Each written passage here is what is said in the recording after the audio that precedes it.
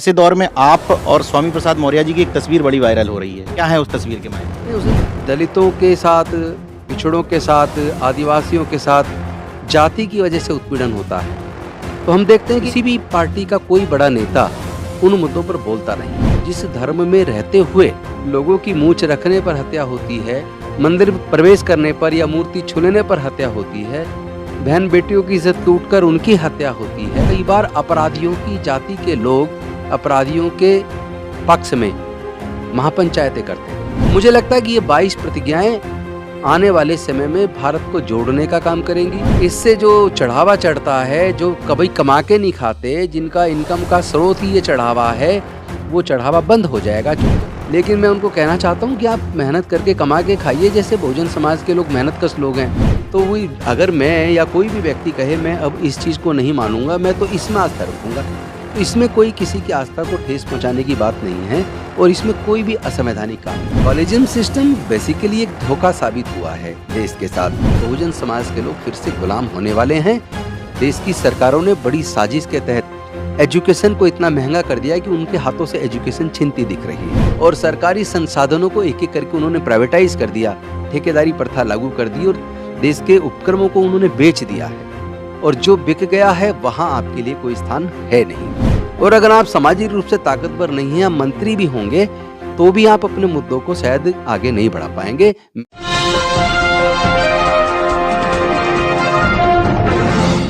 साथियों नमस्कार, मैं हूं नीरज पटेल और आप देख रहे हैं नेशनल जनमत। 1956 में बाबा साहब द्वारा ली गई 22 प्रतिज्ञाओं का शोर इस समय पूरे देश में है और वो 22 प्रतिज्ञाएं घर घर में पहुंचाने वाले शख्स का नाम है राजेंद्र पाल गौतम जी। अभी भी आप दबने को तैयार नहीं हैं, क्या है आपकी रणनीति? एक ही चीज है कि जिस वक्त भारत सोने की चिड़िया था, तब लेके म्यांमार से ईरान तक पूरा भारत बौद्धमय था। सम्राट अशोक के टाइम पर उस वक्त भारत सोने की चिड़िया थी और बुद्ध का धम्म सम्राट अशोक जी ने अपने बेटे और बेटी को विदेशों में भेजा, उसका प्रचार प्रसार किया, तो भारत एक गौरवशाली राष्ट्र बना। आज भारत के प्रधानमंत्री जब विदेश में जाते हैं तो कहते हैं मैं बुद्ध के देश से आया हूं। तो आज भी भारत की अगर गरिमा दुनिया की नज़र में एक बड़ा उच्च स्थान है तो तथागत बुद्ध के नाम की वजह से है। लेकिन भारत में हम देख रहे हैं कि जातिवाद का जो जहर है वो हजारों लोगों की जान हर साल ले रहा है। और जब दलितों के साथ, पिछड़ों के साथ, आदिवासियों के साथ जाति की वजह से उत्पीड़न होता है, तो हम देखते हैं कि पूरे किसी भी पार्टी का कोई बड़ा नेता उन मुद्दों पर बोलता नहीं है और उस समाज को ना प्रशासन से कोई न्याय मिलता है, ना कोर्ट से न्याय मिलता है।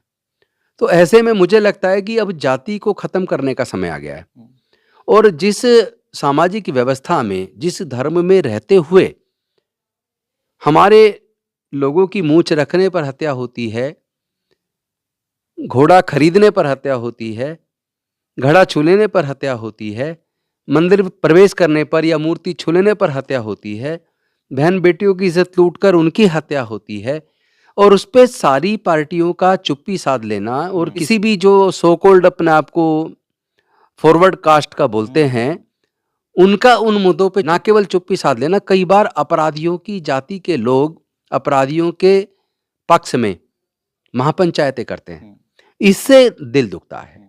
तो मुझे लगता है कि ये 22 प्रतिज्ञाएं आने वाले समय में भारत को जोड़ने का काम करेंगी, क्योंकि 22 प्रतिज्ञाओं में केवल जिससे उनको चिढ़ है, वो जो शुरू की 6 प्रतिज्ञाएं हैं वो बेसिकली ये है कि हम कोई भी कर्मकांड नहीं करेंगे, हम अंधविश्वास पाखंडवाद को नहीं मानेंगे, धंधे पे भी चोट लग रही है और इससे जो चढ़ावा चढ़ता है, जो कभी कमा के नहीं खाते, जिनका इनकम का स्रोत ही ये चढ़ावा है, वो चढ़ावा बंद हो जाएगा। क्योंकि जब लोग कर्मकांड नहीं करवाएंगे, पिंडदान नहीं करवाएंगे, तो वो जो पैसा बचेगा वो अपने बच्चों की पढ़ाई में लगाएंगे और अच्छे काम में लगाएंगे।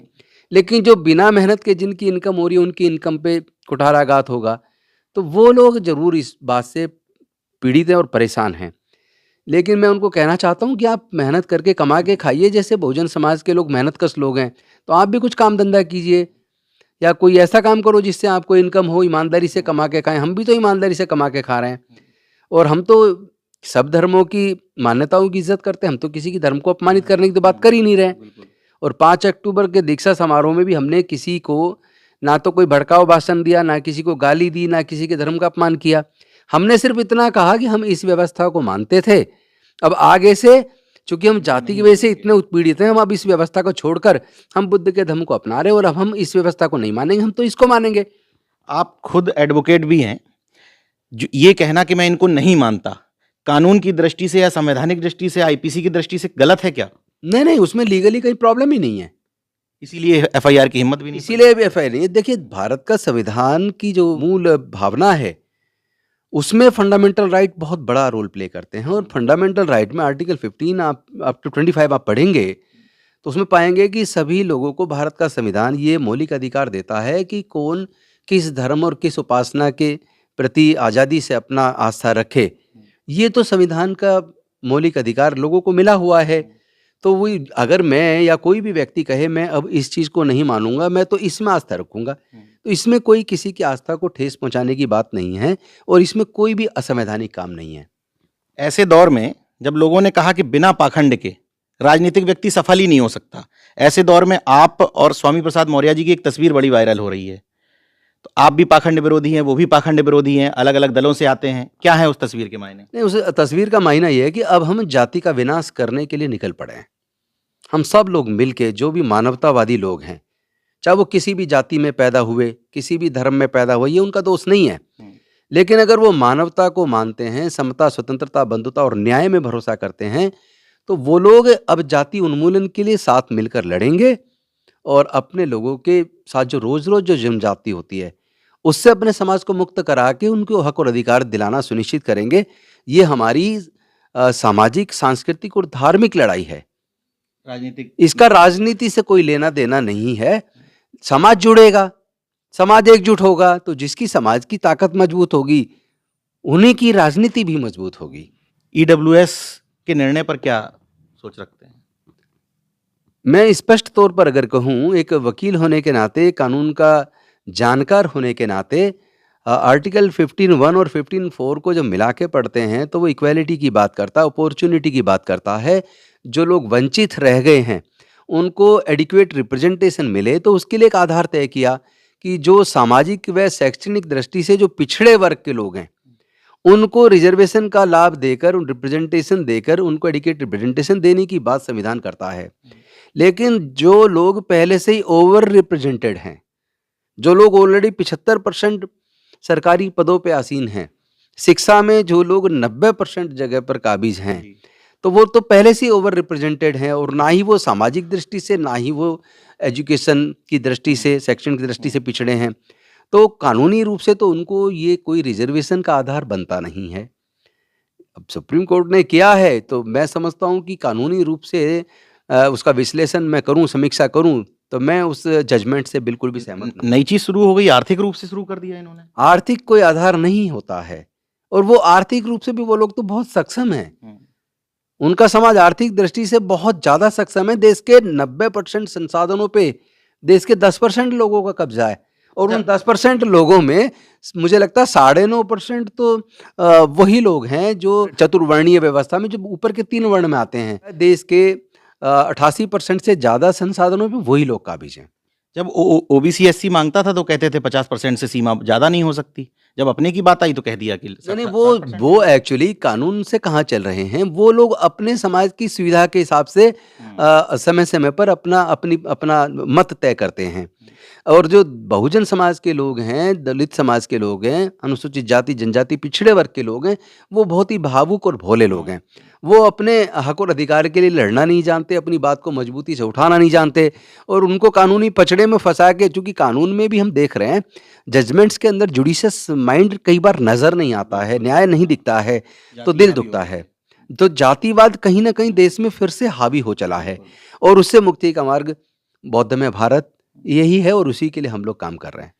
जब बात होती है कॉलेजियम सिस्टम की और इस तरह के डिसीजन आ जाते हैं जहां डाइवर्सिटी नहीं दिखती जजेस में, तो फिर से ये बात नहीं उठती कि कॉलेजियम सिस्टम जातिवाद, वंशवाद, परिवारवाद का अड्डा बन के रह गए हैं। कॉलेजियम सिस्टम बेसिकली एक धोखा साबित हुआ है। उसमें अनुसूचित जाति जनजाति और पिछड़े वर्ग का प्रतिनिधित्व नहीं है, और आपको सुप्रीम कोर्ट, हाई कोर्ट में जज बनना है तो वो रास्ता कॉलेजियम से निकलता है या फिर वो राजनीति से निकलता है।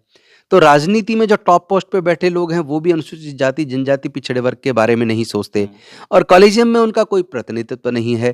तो इसका मतलब ये हुआ हाई कोर्ट सुप्रीम कोर्ट में अगर आपको जज बनना है, चाहे आप कितने भी काबिल हों, अगर आपको वहाँ तक पहुँचने के लिए आपकी कोई रास्ता ही आपके लिए नहीं है तो फिर आप तो कभी हाई कोर्ट सुप्रीम कोर्ट के जज नहीं बनेंगे। यही कारण है कि अनुसूचित जाति जनजाति पिछड़े वर्ग के लोग हाई कोर्ट और सुप्रीम कोर्ट में उनका जो प्रतिनिधित्व है वो ना के बराबर है। इस लड़ाई को मिलके एकजुट होकर ईमानदारी से लड़ना होगा, तब कहीं जाके न्याय के लिए कोई आशा की किरण बनेगी। अन्यथा आने वाला समय बताता है कि बहुजन समाज के लोग फिर से गुलाम होने वाले हैं।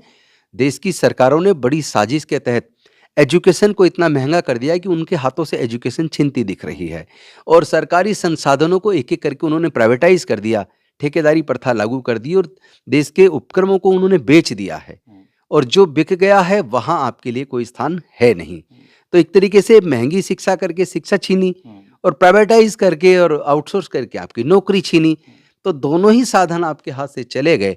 तो शिक्षा के अभाव में आप अज्ञानी रह जाएंगे, पढ़ नहीं पाएंगे तो किसी काबिल नहीं बन पाएंगे और सरकारी नौकरियों में आपके रास्ते बंद हो गए हैं। इतना पैसा जेब में है नहीं कि आप व्यापार कर लें और आपकी संख्या आपकी ताकत है, वो आप सबसे बड़े आर्थिक मैं समझता हूँ कंज्यूमर फोर्स सबसे बड़ी आप हैं। तो आर्थिक शक्ति बनने की ताकत तो आपके अंदर है, लेकिन आपको अपनी आर्थिक शक्ति का आभास नहीं है। तो अब हमारा यही काम रहेगा अपने लोगों को आर्थिक शक्ति बनने का आभास कराना, उनके लिए रास्ते बनाना और उनको अपने पैरों पे खड़े करने के लिए उनका मार्गदर्शन करना और उनको सामाजिक सांस्कृतिक धार्मिक दृष्टि से उनको ताकतवर बनवाना, ताकि राजनीति में भी वो जिस पार्टी में रहें उसके अंदर उनको इज्जत मिले और उनकी बातें सुनी जाएं। अन्यथा राजनीतिक पार्टियों में भी उनकी बातें सुनी नहीं जाती हैं। विभिन्न दलों के बहुजन समाज के जो मूक बधिर नेता हैं, जब उनसे बात करता हूं तो एक एक्सक्यूज देते हैं कि जब हम पद पे रहेंगे तभी तो समाज के लिए कुछ कर पाएंगे। आप मंत्री थे, मुद्दे की वजह से मंत्री नहीं है। आपको क्या लगता है कि मुद्दा मंत्री रहते हुए आगे बढ़ रहा था या ना रहते हुए आगे बढ़ रहा था? मैं समझता हूँ कि अगर आप सामाजिक शक्ति का निर्माण करते हैं और सही मुद्दों पर सही तरीके से आगे बढ़ते हैं तो सरकारों को आप प्रेशर में लेके अपने लोगों के लिए अच्छी योजनाएं बनवा सकते हैं। और अगर आप सामाजिक रूप से ताकतवर नहीं हैं, आप मंत्री भी होंगे तो भी आप अपने मुद्दों को शायद आगे नहीं बढ़ा पाएंगे। मेरा अनुभव अपने बचपन से अब तक का 54 साल की उम्र हो गई, 14 साल की उम्र से मैं मिशन मूवमेंट में काम कर रहा हूँ। 40 साल के अपने लंबे अनुभव के बाद मैं ये कह सकता हूँ, अगर आप सामाजिक रूप से मजबूत नहीं हैं तो राजनीति में आपकी कोई पूछने वाला नहीं है। तो इस बौद्धमय भारत के लिए काम आगे चलता रहेगा। यही काम करना है, पूरे भारत को से जातिवाद को पूरी तरह खत्म करके, जाति उन्मूलन करके अपने समाज के हक अधिकार को दिलाना सुनिश्चित करना, उस लड़ाई को आगे बढ़ाएंगे। और बाबा साहब का सपना था भारत को बौद्धमय करना, जहाँ किसी का जाति की वजह से उत्पीड़न ना हो या पक्षपात ना हो, सबके लिए समता का व्यवहार हो, सबके लिए समान अवसर हो। तो वो रास्ता बुद्धमय भारत से निकलेगा और हम उसके लिए काम करेंगे। ना ये पहली मुलाकात है, ना ये पहला इंटरव्यू है। बहुजन राजनीति में तमाम सारे मूक बधिर नेताओं में से एक आप हैं जो हमेशा इस्तीफा लेकर के चलते थे, कहते थे समाज आगे है और मंत्री पद बाद में। आपने साबित करके दिखाया। अब आपका ये आंदोलन कितना आगे बढ़ेगा, स्वामी प्रसाद मौर्य जी से मुलाकात हुई, सामाजिक और सांस्कृतिक तौर पर उसमें कितना परिवर्तन आएगा, नेशनल जनमत आपको बताता रहेगा। देखते रहिए नेशनल जनमत, जागरूक और सजग बने रहिए। जय विज्ञान, जय संविधान।